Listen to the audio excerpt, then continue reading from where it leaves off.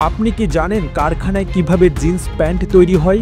আসুন জেনে নেওয়া যাক কিভাবে লোকেরা হাতের সাহায্যে কারখানায় জিন্স তৈরির কাজ করে। বন্ধুরা, জিন্স তৈরির জন্য আমাদের ভালো মানের কাপড়ের প্রয়োজন হয়। তাই প্রথমে আমরা ফেব্রিকের রোল নিয়ে একটি পৃষ্ঠে ছড়িয়ে নিই। কাপড়ের বেশ কয়েকটি স্তর রাখার পরে এখন তাদের উপর চিহ্নিত করা হয়। মার্কিং সম্পূর্ণ হওয়ার পর একজন শ্রমিক একটি কাটারের সাহায্যে চিহ্নিত এলাকা থেকে এই কাপড়ের স্তরগুলো কেটে ফেলেন। এই কাজের জন্য অনেক দক্ষতার প্রয়োজন হয়, কারণ একটি ভুল কাটা ফেব্রিকের বিভিন্ন স্তরকে নষ্ট করে ফেলতে পারে। এরপর বিভিন্ন আকার অনুযায়ী এই কাপড়ের টুকরো সংগ্রহ করা হয়, যেখানে তাদের আরো সেলাইয়ের জন্য পাঠানো হয়। এরপর এই টুকরোগুলো অভিজ্ঞ কর্মীদের দ্বারা একই সাথে সেলাই করা হয়। এখন এখানে অনেক কর্মচারী সেলাইয়ের কাজ করেন, যেটিতে সেলাই করার জন্য প্রথমে জিন্সের কিনারায় একটি শক্ত ফালা লাগানো হয়, যাতে আমাদের জিন্স দ্রুত ছিঁড়ে না যায়। এরপর জিন্সের ওয়াচ পকেট নামে একটি ছোট পকেট প্যান্টের সাথে সেলাই করা হয়। তারপর প্যান্টের সাথে সামনে দুই পাশে জিপ দিয়ে সেলাই করা হয়। তারপর জিন্সের ভেতরে এবং বাইরে সেলাই করা হয়,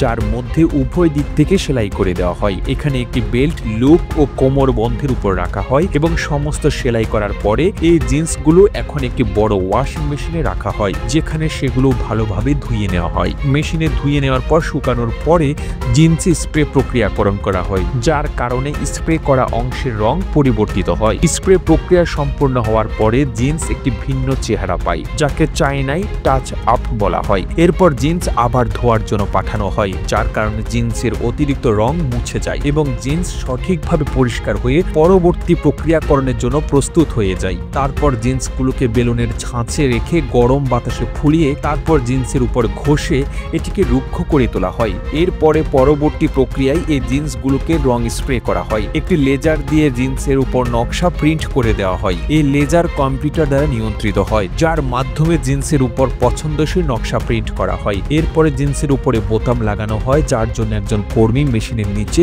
জিন্সের বোতামের জায়গাটি রাখে, যেখানে সেই মেশিনটি স্বয়ংক্রিয়ভাবে বোতামটি তার জায়গায় রাখে।